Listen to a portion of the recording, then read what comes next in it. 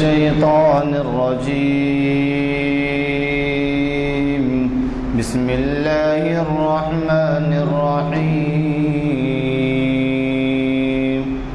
يا أيها الذين آمنوا استعينوا بالصبر والصلاة إن الله مع الصابرين. ولا تقولوا لمن يقتل في سبيل الله أموات بل أحياء ولكن لا تشعرون. ولنبلونكم بشيء من الخوف والجوع ونقص من الأموال والأنفس والثمرات وبشر الصابرين الذين إذا أصابتهم مصيبة قالوا إنا لله وإنا إليه راجعون.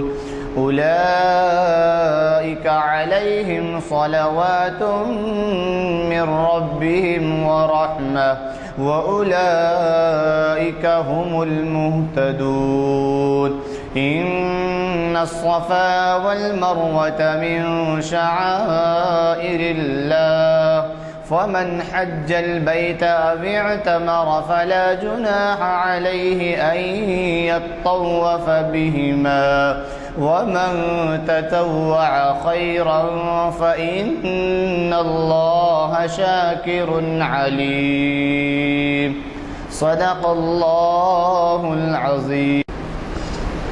آج کی یہ محفل تاریخ اسلام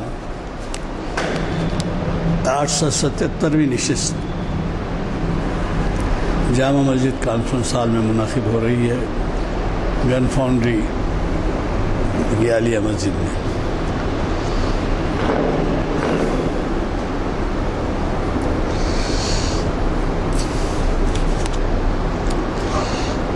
آج کا جو عنوان ہے وہ اتفاق سے ایسے ایام سے ٹکرا رہا ہے جو بہت ہی مبارک ایام ہیں، جیسے کہ آپ واقف ہیں حج کے ایام ہیں. اور آج جب کہ سارے عالم کے مسلمان مصروف ہیں عبادت میں، اور بدقسمتی سمجھیے کہ ہمارے پاس تعداد کم ہے.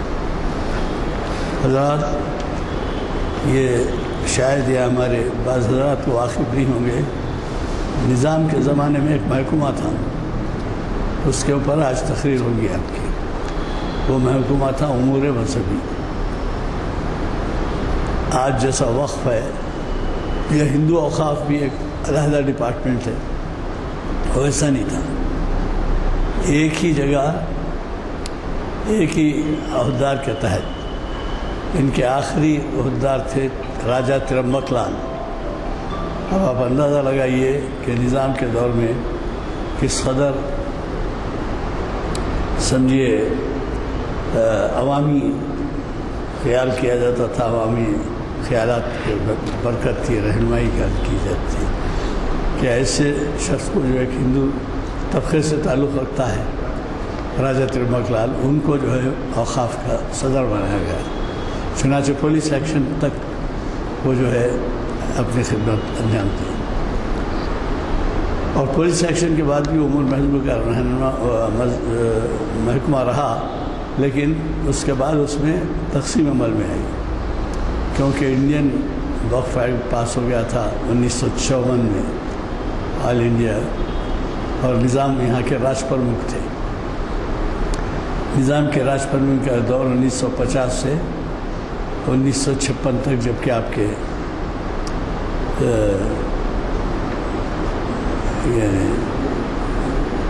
اس بنیاد پر لسانی بنیاد پر تقسیم عمل میں آئی تھی. تو راج پرمکھ تھے، وہ 56 میں راج پرمکھ سے ہٹے. بہرحال اس دور کی برکتیں ایسی تھیں کہ نام تو ایک مسلمان بادشاہ تھا لیکن اس میں فرقہ واریت چھو کے نہیں گئی تھی. وہ تو آپ کئی قصے پڑھ چکے ہوں گے کہ ان کے پاس کس قدر عوامی قدر و قیمت تھی. حد یہ تھی کہ یہ بھی عام طور پہ کہا جاتا تھا کہ انہوں نے کہا ہے کہ ہندو اور مسلمان میری دو آنکھیں ہیں. یہ بھی کہتے تھے میری دو آنکھیں کہتے ہیں. خیر جو بھی ہوا آج ہمارے درمیان ایسی شخصیت جناب احمد علی کیوریٹر نظام میوزیم آج آپ کو مخاطب کر رہے ہیں، جنہوں نے سالار جنگ میوزیم میں عرصے دراز تک کیوریٹر کی خدمت انجام دی اور انہوں نے بین الاقوامی شہرت حاصل کی اور ان کی صلاحیتوں سے کئی جگہ کے اعلیٰ پیمانے کے میوزیمز نے استفادہ کیا ہے. یعنی معمولی بات نہیں ہے کہ ان کو طلب کیا جانا اور پورا خرچ برداشت کرنا، آنے جانے کے ہوائی جہاز کے کرائے، پھر وہاں ٹھہرانے کے کرائے، مہمان نوازی. تو ایسے خصوصاً مشرق وسطیٰ میں شاید ہی کوئی ملک چھوٹا ہو جہاں وہ ان کی خدمات حاصل نہیں کی گئی. ہندوستان میں تو خیر بہت سی جگہ پہ ہم دیکھتے آئے ہیں کہ ان کو ان کی خدمات سے استفادہ کیا گیا. بہرحال انہوں نے بڑی مہربانی کی کہ ہمیں ایسا عنوان دیا ہے کہ آصف جاہ سابق عہد میں امور مذہبی. یہ محفل جامع مسجد عالیہ گن فاؤنڈری کے کانفرنس ہال میں آج بتاریخ 10 اگست 2019 عیسوی بروز ہفتہ بعد نماز عصر منعقد ہو رہی ہے اور یہ تاریخ اسلام لیکچر سیریز کی 877ویں نشست ہے. میں اتنا کہتے ہوئے ہمارے آج کے مخرج صاحب سے گزارش کروں گا کہ وہ ہمیں امور مذہبی کے عنوان سے واقف کروائیں یا اس پر. اللہ اکبر، لا الہ الا اللہ واللہ اکبر، اللہ اکبر وللہ الحمد. سبحان ذی الملک والملکوت، سبحان ذی العزت والعظمت والہیبت والقدرت والکبریاء، ذو الجلال والکمال والجبروت، سبوح قدوس ربنا ورب الملائکۃ والروح. محمد رسول اللہ علیہ الصلاۃ اللہ هو سید الکون سید الانس والجن، هو رسول صادق وهو انسان کامل. اللہم صل وسلم وزد وبارک علیہ. قال اللہ تبارک و تعالی فی القرآن المجید والفرقان الحمید. اعوذ باللہ من الشیطان الرجیم، بسم اللہ الرحمن الرحیم. الف لام میم ذالک الکتاب لا ریب فیہ ھدی للمتقین. صدق اللہ العظیم. حضرات، بالخصوص نگران جلسہ علی جناب غلام یزدانی صاحب سینئر ایڈوکیٹ، معزز سامعین اکرام، السلام علیکم.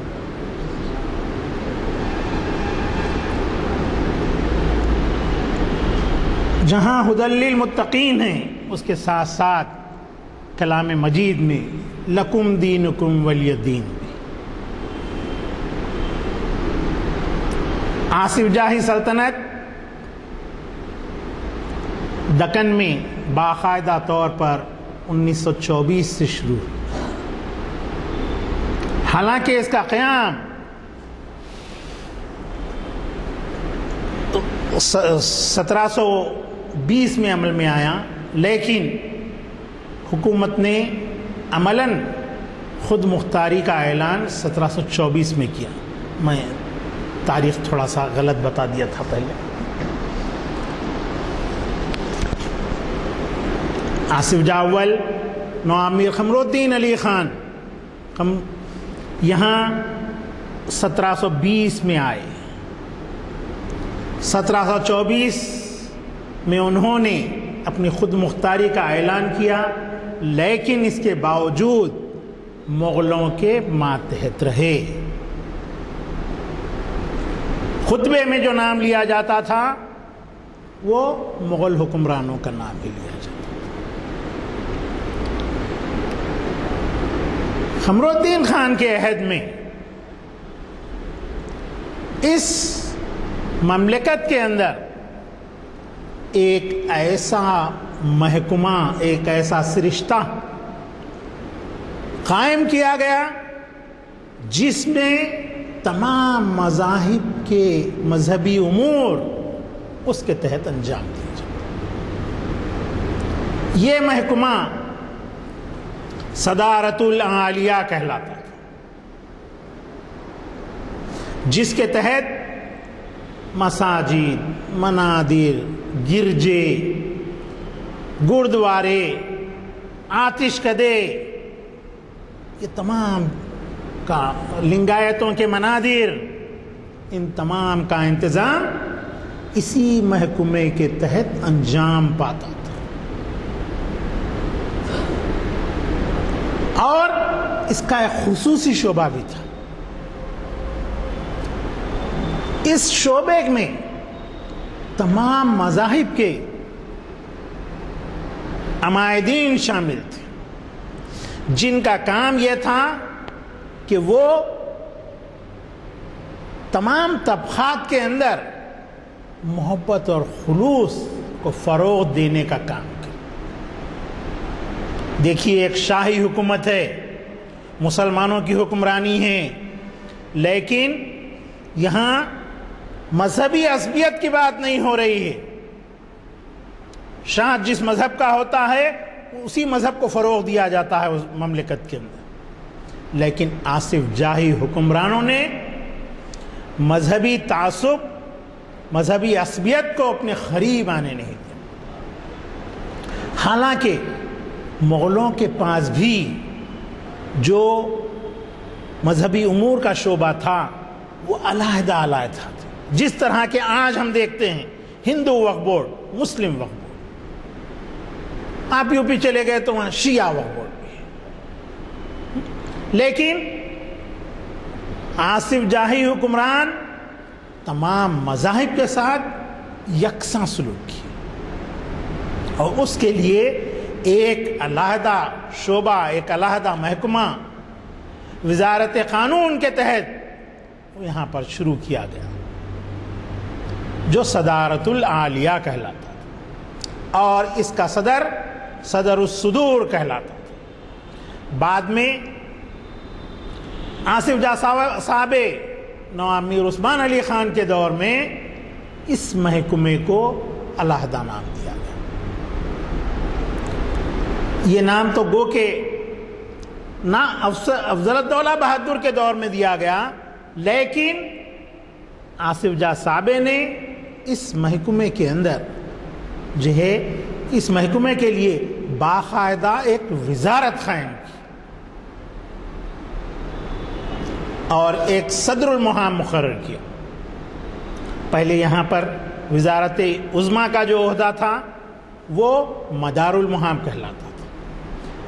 عثمان علی پاشا کے دور میں صدر اعظم کہلایا، اور ہر محکمے کا جو وزیر ہوتا تھا وہ صدر المحام کہلاتا. تو اس طرح انہوں نے اس سرشتے کو وزارت میں تبدیل کیا، اور اس کے تحت تمام مساجد، منادر، آتش کدے، گرجے، گردوارے، ان تمام کا انتظام کیا. اور ان کو جو عطیات دیے جاتے تھے وہ دو طرح کے ہوتے تھے. ایک تو جو ہے انعام مشروط اور دوسرا غیر مشروط. انعام مشروط جو ہے آپ کے کیا کہنا چاہیے، میں بھی بول رہا ہوں، مشروط الخدمت. تو جو مساجد وغیرہ تعمیر ہوتی تھیں، اب امام، مؤذن اور وہاں کے عملے کے لیے جو ہے کچھ اراضیات دیے جاتے تھے، جس کے تحت وہ جو ہے کاشتکاری کر کے جو ہے اس سے اپنا معاش حاصل کرتے تھے. تو اس طرح کا انتظام صرف مساجد کے لیے ہی نہیں تھا بلکہ گرجے، منادر، آتش کدے سب کے لیے تھا۔ تو میں یہاں پر آپ کو صرف اسلام سے متعلق جو مذہبی امور، سرشتے امور مذہبی کے تحت انجام دیے جاتے تھے اس کے بارے میں آپ کو بتاتا چلوں گا۔ تو یہاں اچھا، صدر الصدور کا جو کام ہوتا تھا، اجناس کی قیمتیں مقرر کرنا بھی صدر الصدور کا کام۔ قاضی ہوا کرتے تھے جو گرانی کو دیکھتے ہوئے اجناس کی قیمت میں کمی اضافہ کرتے تھے۔ ناپ کے جو میجرمنٹس جس سے لیا جاتا تھا، دودھ ناپنے کا یا جو ہے آپ کے چاول ناپنے کے پہلی جس کو کہتے تھے، اس کی تنقی کا کام بھی جو ہے محکمہ امور مذہبی یا صدارت العالیہ کے تحت ہوا۔ پیمانے، ناپ کے پیمانے، میٹر ہو، گز ہو، لیٹر ہو، سیر ہو، جب 800 گرام کا سیر ہوا کرتا تھا تو یہ سب جو ہے اس انداز سے جو ہے انجام پاتے تھے، اور اس کی تنقی وغیرہ کا کام قاضیوں کے سپرد تھا۔ قاضی یعنی آئلی مسائل اور آئلی جو تصفیہ ہوا کرتے تھے اس کا جو ہے وہ لوگ فیصلہ بھی کیا کرتے تھے۔ اور اب آج کل جو ہے ہمارے پاس ایسا نہیں ہے، ہمارا قاضی صرف قاری النکاح بن گیا، نکاح پڑھانے کے لیے ہے، وہ فیصل نہیں ہے انہیں۔ لیکن امور مذہبی کا یہ ایک اہم شعبہ تھا جس کے ذریعے گھریلو معاملات، آپسی جو تصفیے ہوا کرتے تھے، قاضی شریعت جو ہے کیا کرتا تھا۔ ایسے ہی ہندو مذہب کے لوگوں کے لیے بھی اس کا علیحدہ طور پر انتظام تھا۔ ساتھ ہی ساتھ اس کے جو ہے آپ کے اس محکمے کا کام مذہب کی تبلیغ بھی کرنا تھا۔ تبلیغ اسلام کے لیے امور مذہبی کا ایک خاص شعبہ تھا جس کے ذریعے ایک ماہنامہ وائز کی اشاعت عمل میں لائی جاتی تھی اور مختلف علاقوں میں اس کو بھیجا جاتا تھا، اور مذہبی کتب خانے اسی محکمے کے تحت آتے تھے۔ اس کا انتظام یہی محکمہ کرتا تھا۔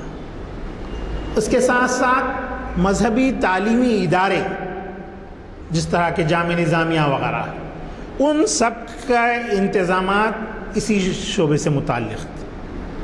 اساتذہ کا تقرر، طلباء کے لیے طلباء کا تعلیمی نصاب مرتب کرنا اور ان کے امتحانات کر لینا، تو اس محکمے کے تحت ایک اور شعبہ قائم کیا گیا تھا جس کا نام تھا اصلاح المسلمین۔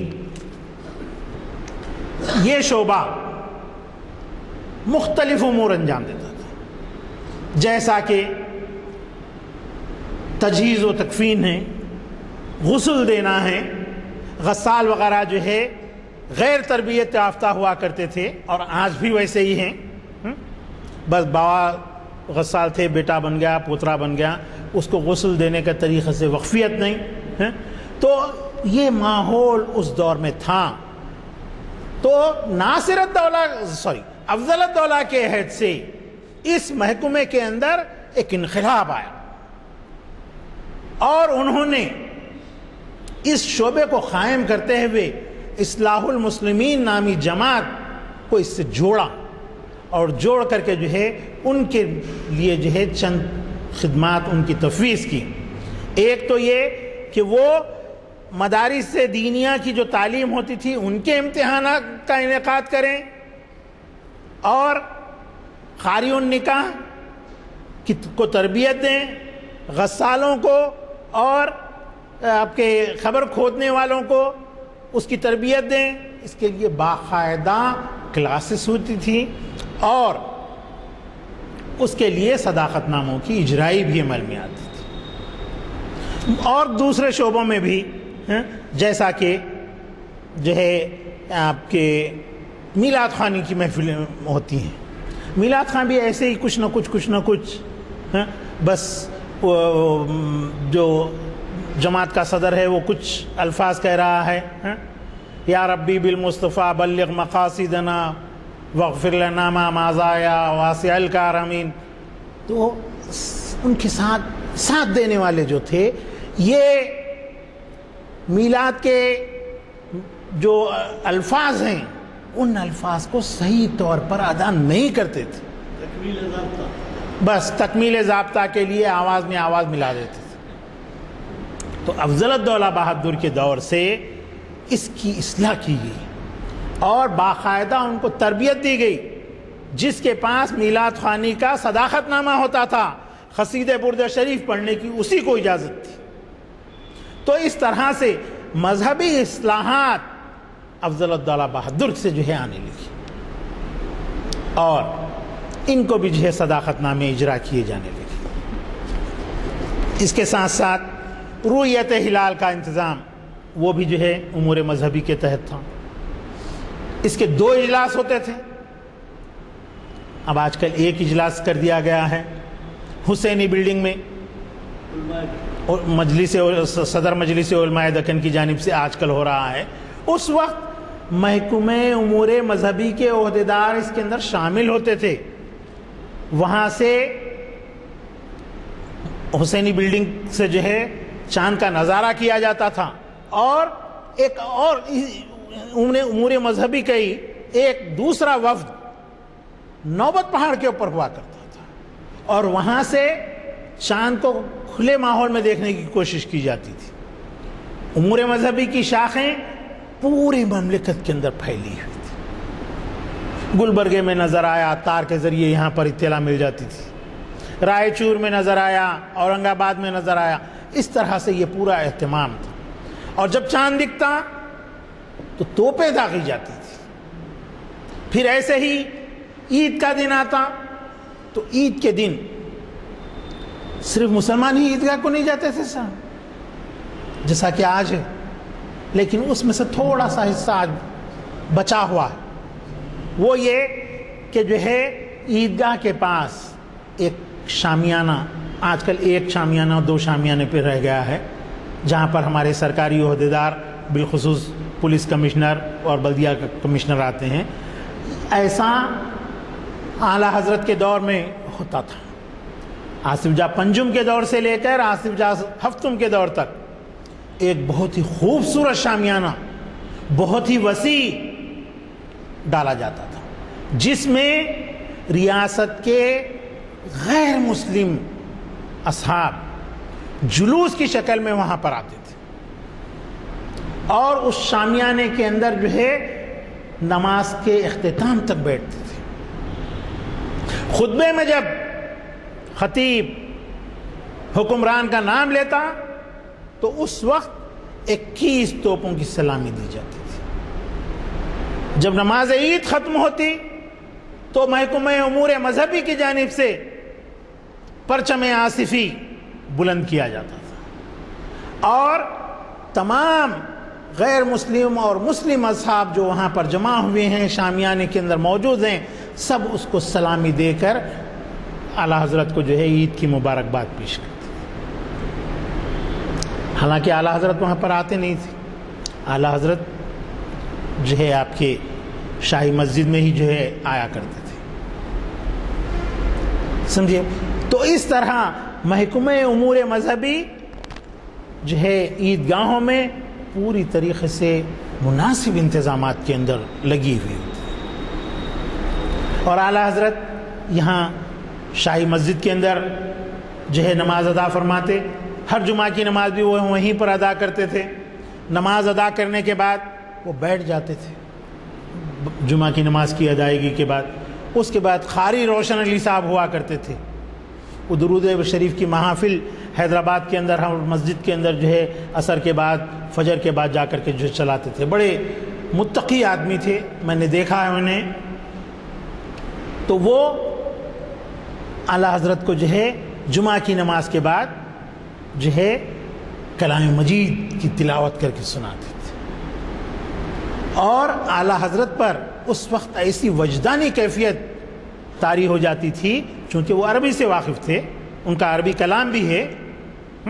انہوں نے بلغ العلا بجمالہ کشف الدجا بجمالہ صلو علیہ وآلہ کا توڑ پر جو ہے ایک اور ربائی انہوں نے لکھی ہے رسول اللہ صلی اللہ علیہ وسلم کی شان. سمجھے؟ تو اعلیٰ حضرت ان کی خیرت سماعت فرماتے اور قرآنی آیات کے معنی و مطالب کے لحاظ سے جو ہے اپنے چہرے کو جو ہے اسی انداز میں جو ہے لے جاتے اور اپنی ران پر جو ہے ہاتھ مارنے کا ان کا خاص ملکہ خاص جو ہے تکیہ کلام کی طرح تھا. سمجھیے ہاتھ مار لیا کرتے تھے اور تمام جو ہے آیت کے مفہوم کے ساتھ جو ہے محظوظ ہوتے. تو اس طرح محکمہ امور مذہبی اور بھی دوسرے شعبوں کے اندر جو ہے اپنے کارہائے نمایاں انجام دیتا تھا، بالخصوص حج کا موقع. آصف جاہی عہد میں شروع کے دور سے ہی، یعنی قمر الدین خان کے دور سے ہی یہاں سے 2 جہاز روانہ ہوا کرتے تھے. ایک تو جو ہے فتح سلطانی، یہ جو جہاز تھے وہ بادبانی جہاز تھے، پردہ لگا ہوا جو ہوتا تھا وہ جہاز تھے. اور دوسرا تھا فتح سلطانی کے علاوہ فیض کریم، یہ 2 آصف جاہی سلطنت سے جانے والے جہاز تھے. اس کے بعد جو لوگ ان جہازوں سے جانا پسند نہیں کرتے تھے کیونکہ بادبانی جہاز الٹ جایا کرتے تھے، تو ایسے لوگ جو ہے بامبے سے جاتے تھے، بمبئی بندرگاہ اور جو ہے سورت کی بندرگاہ سے جاتے تھے. تو وہ لوگ جہاز اکبری سے جاتے تھے، شاہجہانی سے جاتے تھے. بعد میں جہانگیری اور شاہجہانی بند ہو گئے تھے، اکبری جہاز چل رہا تھا جو غالباً 75-77 تک چلتے رہا. تو اس طرح یہ 2 جہاز یہاں سے جو ہے آپ کے افضل الدولہ کے عہد تک چلتے رہے. ناصر الدولہ کے عہد. ناصر الدولہ کے عہد میں ایک دخانی جہاز حکومت مملکت آصفیہ نے تیار کرا ہے. وہ جہاز کے ذریعے سے لوگ جانے لگے، لیکن اس جہاز سے بھی جو ہے آنے جانے میں دشواری ہونے لگی، جس کی وجہ سے اس وقت کے مدار المہام نواب میر تراب علی خان سالار جنگ اول نے اس کو موقوف کر دیا، کیونکہ جانی جو ہے نقصانات اس میں زیادہ ہو رہے تھے. اور حکومت کی جانب سے 40,000 روپے کی رقم ہر سال بجٹ کے اندر مختص کر دی کہ وہ لوگ جو جہاز اکبری سے جانا چاہتے ہیں ان کو یہاں سے سبسڈی حکومت کی جانب سے دی جاتی تھی. اسی سبسڈی کا سلسلہ حال تک بھی جاری تھا اور موجودہ مودی گورنمنٹ نے جو ہے اس سلسلے کو ختم کر دیا. تو دیکھیے آپ شاہی دور کی حکومت کو دیکھ لیجئے اور یہ آپ کے جمہوری دور کی حکومت کو. ہمارے پاس جمہوری دور میں ہم ہندو ظاہرین کو بھی جو ہے نہ صرف چھٹی دیا کرتے تھے بلکہ 3 مہینے کی تنخواہیں ان کو دی جاتی تھی. حجاج کرام کو 6 مہینے کی دی جاتی تھی چونکہ سفر لمبا ہوتا تھا. امرناتھ وغیرہ کو جو لوگ یہاں سے جاتے تھے ان کی برابر پوری مدد دی جاتی تھی. لیکن اس حکومت نے ہمارے ان مذہبی معاملات کے اندر مداخلت کرتے ہوئے ہم کو اپنے حقوق سے جو ہے محروم کر رہی ہے. پہلا تو جو ہم پر حملہ کیا گیا وہ ہمارے پرسنل لا کے اوپر کیا، ہمارے پرسنل لا پر کیا گیا اور یکساں سول کوڈ لاتے ہوئے طلاق ثلاثہ کے مسئلے کو جو ہے ختم کرنے کی کوشش کی. ہمارے اس مسئلے سے ان کو کوئی سروکار نہیں. اس سے نظم و نسق میں کوئی آپ کو جو ہے تبدیلی آنے والی نہیں ہے. مسلمانوں کا یہ آئلی مسئلہ ہے، مذہبی مسئلہ ہے جس کو وہ خود اپنی عدلیہ کے اندر طے کر لے سکتے ہیں یا شریعت اسلامی کی پس منظر میں آپ کی عدالتیں بھی اس کا فیصلہ سنا سکتی. چونکہ دوسرے مذاہب میں ایسے مذہبی قوانین نہیں ہیں جس طرح ہمارے پاس فقہ ہے. فقہ حنبلی ہے، فقہ حنفی ہے، فقہ شافعی ہے، ہمارے پاس اپنا فقہ موجود ہے. حتیٰ کہ اہل تشیع حضرات کے پاس فقہ امامیہ ہیں. تو ہم کو آپ کے قانون کی ہمارے مذہبی معاملات میں ضرورت نہیں ہے. آپ اس میں مداخلت نہیں کرنی چاہیے. تو اس طرح سے حالانکہ ہمارے حج کی سبسڈی ہمارے لیے ختم کی گئی، لیکن ہندو مسلک اور ہندو مذہب کے لوگوں کے لیے امرناتھ یاترا وغیرہ کے لیے جو آپ کا سرکاری طور پر خرچ ہوتا ہے، وہ خرچ جو ہے آپ حکومت کے خزانے سے کرتے ہیں بے شمار چیز. تو ہم کو ہمارے حق سے محروم کیا جا رہا ہے. حالانکہ سیکولر حکومت ہے، جمہوری حکومت ہے.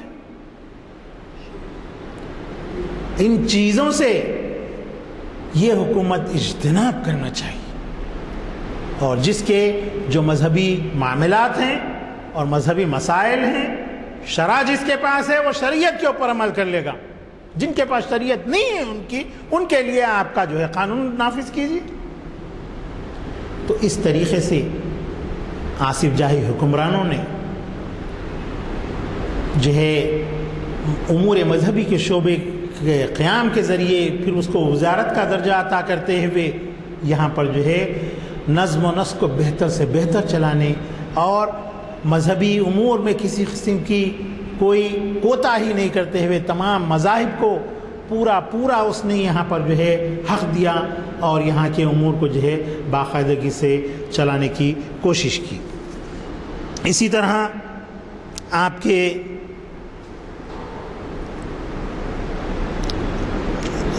سالار جنگ کے بعد سر آسمان جاں بہادر کی جب وزارت ہوئی تو اس وزارت میں بھی حجاج کرام کے لیے کئی ایک تبدیلیاں آئیں. تو پہلے 3 مہینے کی تنخواہ دی جاتی تھی، اب اس بار سے جو ہے 6 مہینے کی تنخواہیں دی جانے لگی. وہاں جو سالار قافلہ بھیجا جاتا تھا اس کے ساتھ امور مذہبی کے عہدیدار تمام سہولتیں فراہم کرنے کے لیے اجناس، غذائیں، تیل، تمام ضروریات کا سامان یہاں سے جو ہے لے جاتے تھے. امور مذہبی کے عہدیدار تمام حجاج کرام کو حیدرآباد سے لے جا کر بمبئی کی بندرگاہ تک جو ہے ان کو سوار کرا کے آتے تھے، اور اس میں کسی قسم کی جو ہے کوئی رکاوٹ، کسی قسم کی کوئی اونچ نیچ نہیں ہوتی ہے. جیسا کہ آج ہمارے حجاج کرام جب حج ہاؤس پہنچتے ہیں تو وہاں سے ان کو ایئرپورٹ تک جانے کے لیے جتنی صعوبتیں جھیلنی پڑتی ہیں اس کا ہم اندازہ نہیں لگا سکتے. پہلا جب قافلہ گیا اس وقت تو حالت یہ تھی کہ ٹوائلٹس وغیرہ تک صاف نہیں تھے. حالانکہ یہ ہمارے پیسے کو 6 مہینے پہلے سے وصول کرتے. سمجھیے 1 لاکھ روپئے پر کتنا سود آتا ہے ماہانہ؟ 600 روپے سود آتا ہے. 6000 سمجھیے. تو اس طریقے سے ہمارے پیسے کا یہ لوگ سود حاصل کرتے ہیں، لیکن اس کے باوجود ہمارے کو کسی قسم کی کوئی سہولت فراہم نہیں کرتے. ہمارے لوگ ارے بھائی وہ بریانی شاداب کی منگائے تھے، فلاں کی منگائے تھے، امک کی منگائے تھے. بھائی یہ آپ کا ہی پیسہ ہے، آپ کا پیسہ ہی جو ہے پورے انتظامات کے اوپر لگایا جا رہا ہے. سمجھے. تو اور اس طریقے سے جو ہے حج کمیٹی کے ذریعے نہ صرف ریاستی حکومت کو بلکہ مرکزی حکومت کو بھی جو ہے کروڑوں روپے کی مقدار میں جو ہے فائدہ ہوتا ہے. حالانکہ حکومت کو اس میں سبسڈی دی جانی چاہیے تھی، لیکن یہ چیز نہیں.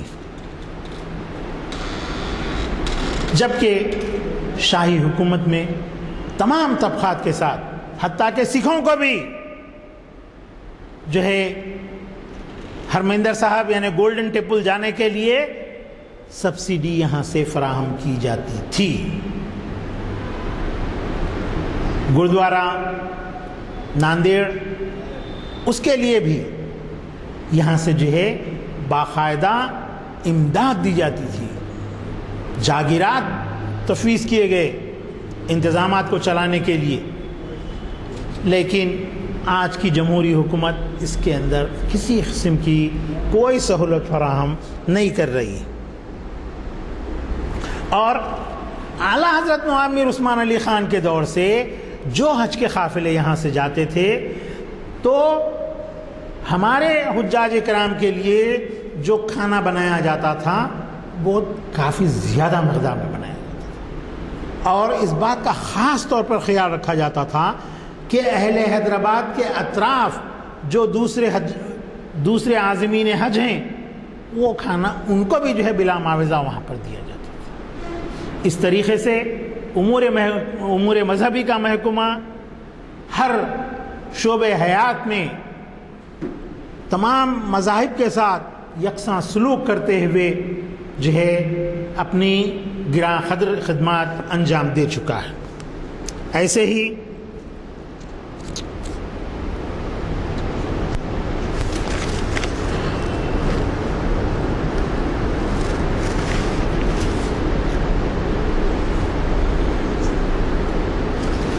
دوسرے مذاہب کے عیدین ہیں، جاترا وغیرہ ہے، اس کے لیے بھی اعلیٰ حضرت نواب میر عثمان علی خان نے مکمل طور پہ خصوصی انتظامات کیے اور ان کی دلجوئی کے لیے ہر لحاظ سے ان کو امدادیں فراہم کی۔ چنانچہ اگر ہم ان کی ان خدمات کا جائزہ لینا چاہتے ہیں تو آپ نظام میوزیم کے گیلری نمبر 2 کے اوپر نظر ڈالیے، دوسری گیلری میں، وہاں پر اعلیٰ حضرت کی اس جو ہے مذہبی رواداری کی بے شمار نشانیاں آپ کو دیکھنے کے لیے مختلف مناظر کے متولیوں کی جانب سے ان کی خدمات کو سراہا گیا۔ ان کے مذہب کے لیے جن جن چیزوں کی ضرورت تھی، ان کی مناظر کے لیے اراضیات اور اخراجات کے لیے جاگیرات، یہ سب ایصال کی گئی۔ حتیٰ کہ محبوب علی پاشا نے تو کیشو گری کی مندر کے لیے جو ہے جواہرات تک جو ہے دیے تھے۔ تو وہاں پر آپ کو مندر کے متولیوں کی جانب سے جو سپاس نامہ آصف جاہ صابے کو ان کی سلور جبلی کے موقع پر پیش کیا گیا، وہ ایک چاندی کے فریم کے اندر جو ہے مزین کر کے دیا گیا، وہاں پر آپ دیکھ سکتے ہیں۔ یہی نہیں بلکہ آتش کدوں کی جانب سے پیش کیے گئے کیسکٹ وہاں پر جو ہے موجود ہے۔ کیتھولک اور پروٹسٹنٹ طبقے کی جانب سے جو تحائف ان کو سلور جوبلی کے موقع پر پیش کیے گئے، جو سپاس نامے پیش کیے گئے، وہ تمام کے تمام وہاں پر آپ ملاحظہ کر سکتے ہیں۔ بہرحال امور مذہبی کا محکمہ بہت ہی جو ہے عدل و انصاف کے ساتھ عہد آصف جاہ صابے تک جو ہے کام کرتا رہا، اور جیسا کہ ہمارے نگران جلسہ جناب غلام یزدانی صاحب نے فرمایا کہ آخری اس کے ذمہ دار جو تھے راجہ تھرمبکر لال تھے، اور ان کے عہد میں جو ہے یہ محکمہ ختم ہوا، اور اس کے بعد جو ہے آزادی کے بعد جو ہے آپ کے مملکت آصفیہ کے ہند یونین میں انضمام کے بعد یہ امور مذہبی کا محکمہ 2 حصوں میں بٹ گیا، ایک ہندو وقف بورڈ، دوسرا مسلم وقف بورڈ۔ تو اب دوسرے مذاہب والے کہاں جائیں گے وہ آپ خود سوچئے۔ تو یہ ہے ہماری جمہوری حکومت کا حال۔ تو میں اتنا کہتے ہوئے اپنی گفتگو کو ختم کرتا ہوں۔ ماضی کی یادیں بڑی دلچسپ ہوا کرتی ہیں۔ اس وقت میری عمر 16-17 سال کی تھی، تو میں نے اس دور کے مناظر بھی دیکھے ہیں، واقفیت حاصل کی ہے، اور پھر اس دور کے بھی چند باتیں جو آپ کے سامنے پیش کی گئی۔ مجھے ایک مقدمے میں بھدراچلم جانے کا موقع ملا تھا، تو بھدراچلم کا ٹیمپل تھا، اور یہ سکندرآباد میں ایک جوہری بازار ہے. وہ جوہری بازار کے بیپاریوں کا مقدمہ تھا. وہ جیتنے کے بعد انہوں نے کہا کہ صاحب ہم وہ ٹیمپل کو جاتے ہیں. وہ 30-40 مائل تھا کچھ. تو خیر میں ان کے ساتھ ہو گیا. سب بیپاری تھے سونے چاندی کے. اور اس کے بعد مجھے جا کے کشتی میں جانا پڑتا تھا. کشتی وہ آخری کشتی ملی ہمارے کو. جا کے ہم بیٹھے ٹیمپل میں. میں ایک جگہ بیٹھ گیا. وہ لوگ اپنا دورہ کرنے لگے پوجا پاٹ. تو میں نے غنیمت جانا کہ بھائی حال میں جو الماریاں ہیں وہ دیکھو. تو آپ یقین مانیے الماریوں میں اتنے قیمتی سونے چاندی کے زیورات. اعلیٰ حضرت حضور نظام کا عطیہ لکھا ہوا ہے نیچے. حضور میر عثمان علی خان کا عطیہ فلاں جاترا میں فلاں اس میں الماریوں میں بھرے پڑے ہیں. آج بھی رکھے ہوئے ہیں. دوسری بات میں آپ کو بتاؤں گا, آپ لوگ غور کریں یا نہیں کریں معلوم نہیں. اعلیٰ حضرت میر عثمان علی خان کا کنگ کوٹھی میں خیام تھا. کنگ کوٹھی کہاں تھی آپ کو وہ تو معلوم ہے. اور کنگ کوٹھی میں وہ پردہ گیٹ جو ہے وہ بھی معلوم ہے, جہاں سے وہ آ کے گاڑی میں بیٹھ کے جہاں کہیں جانا ہے وہ چلے جاتے ہیں. اب اندازہ لگائیے کنگ کوٹھی یہاں ہے اور کنگ کوٹھی کے 1 کلومیٹر کو لے لیجیے آپ اطراف کا. 1 کلومیٹر میں 2 یا 3 مسجدیں. مسجد عالیہ, مسجد حیدرآباد بھی شاید اس بات کی ہے, اور ایک مسجد جودی کہلاتی تھی. وہ اعلیٰ حضرت حضور نظام کے دوران میں بھی تھی, اب بھی ہے. اور اس سے ہٹ کے 1-2 مسجدیں اور اس علاقے میں. اس کے برخلاف آپ دیکھیے 8-10 چرچز ہیں نظام کے دور کے. اور وہ کون سے چرچز ہیں آپ جانتے ہیں. سب سے Saint George's church, grammar school, پھر یہ church Roman Catholic church gun foundry, chapel road پہ 3 چرچ, رام کوٹ پہ 1 چرچ, یہ ہے نا سابق فوجیوں کا بینڈ لائن, وہاں پہ 1 چرچ, پھر ادھر 1 چرچ, ادھر 1 چرچ. 8-10 چرچ ہے, 2-3 مسجدیں. ہو گیا. ٹیمپلز پہ آئیے, 10-12 ٹیمپلز ہیں اور 2-3 مسجدیں. گن فاؤنڈری میں 3 ٹیمپلز ہیں. اب آپ دوسری جگہ کے ٹیمپلز تو آپ اور گنیے میں کہاں گناتے ہو.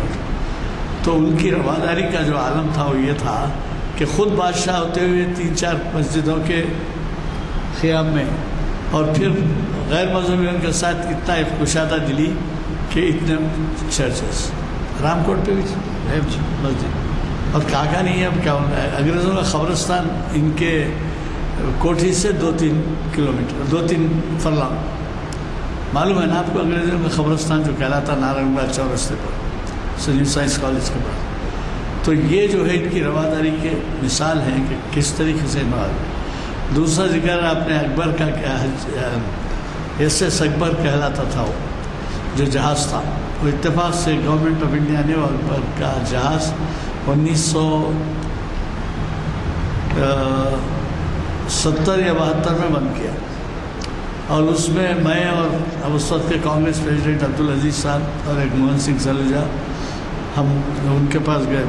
ایک گورنر تھے گوپال سنگھ, کیا نام, گوا کے. تو گوا انہوں نے انوائٹ کیا تھا. تو ہم جا کے جب وہ بند ہوا اس کے دوسرے سال اس کو سروس میں لے لیا گیا. ویسے اکبر بولتے تھے.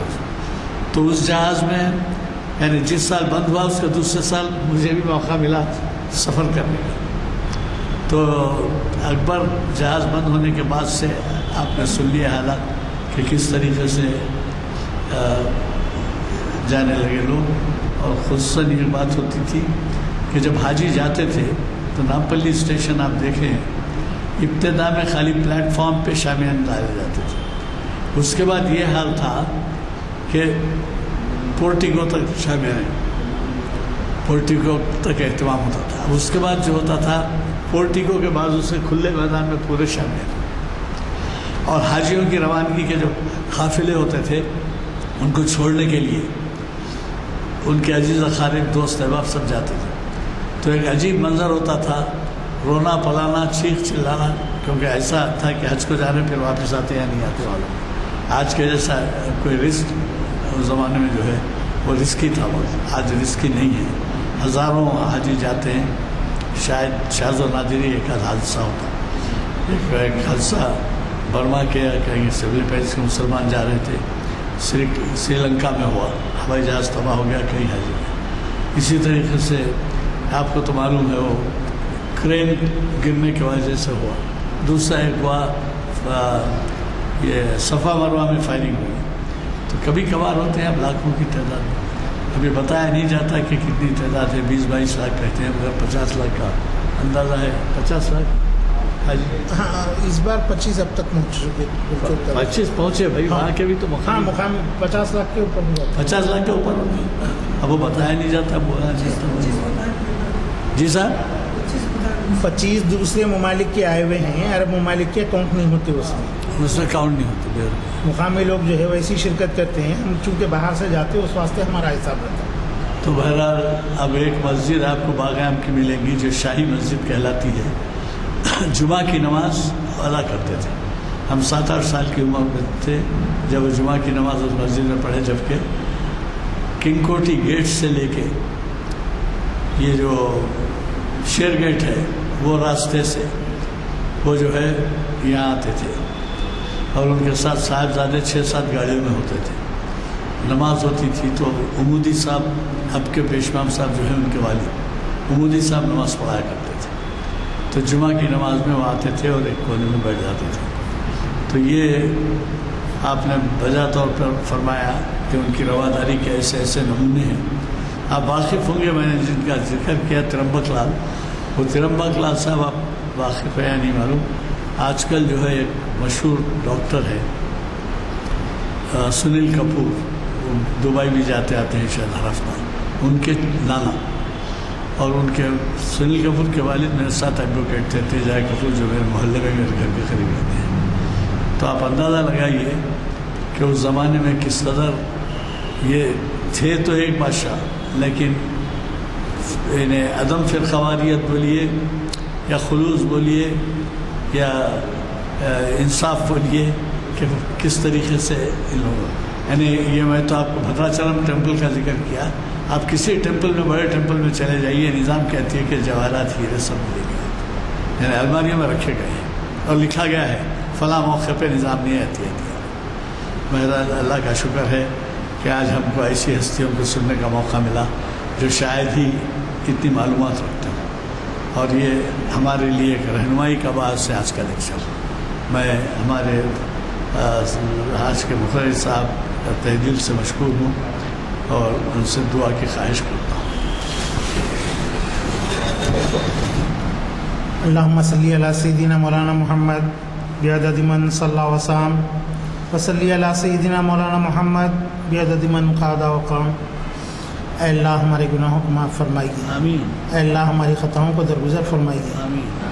اے اللہ جو بیمار ہیں انہیں شفا عطا فرمائیے. آمین. اے اللہ جو قرض دار ہیں ان کے قرضوں کی ادائیگی کروائیے. اے اللہ جو بے روزگار ہیں ان کو روزگار دلائیے. اے اللہ جو لڑکیاں بن بیاہی بیٹھی ہوئی ہیں اللہ ان کی شادیوں کا بندوبست فرمائیے. اے اللہ جو بے قصور جیلوں میں محروس ہیں اللہ ان کی رہائی کا بندوبست فرمائیے. اے اللہ جو ادارے ملک و ملت کی تعلیمی ترقی کے لیے کام کر رہے ہیں اللہ ان کو دام درم سفنے ہر لحاظ سے مدد فرمائیے. آمین.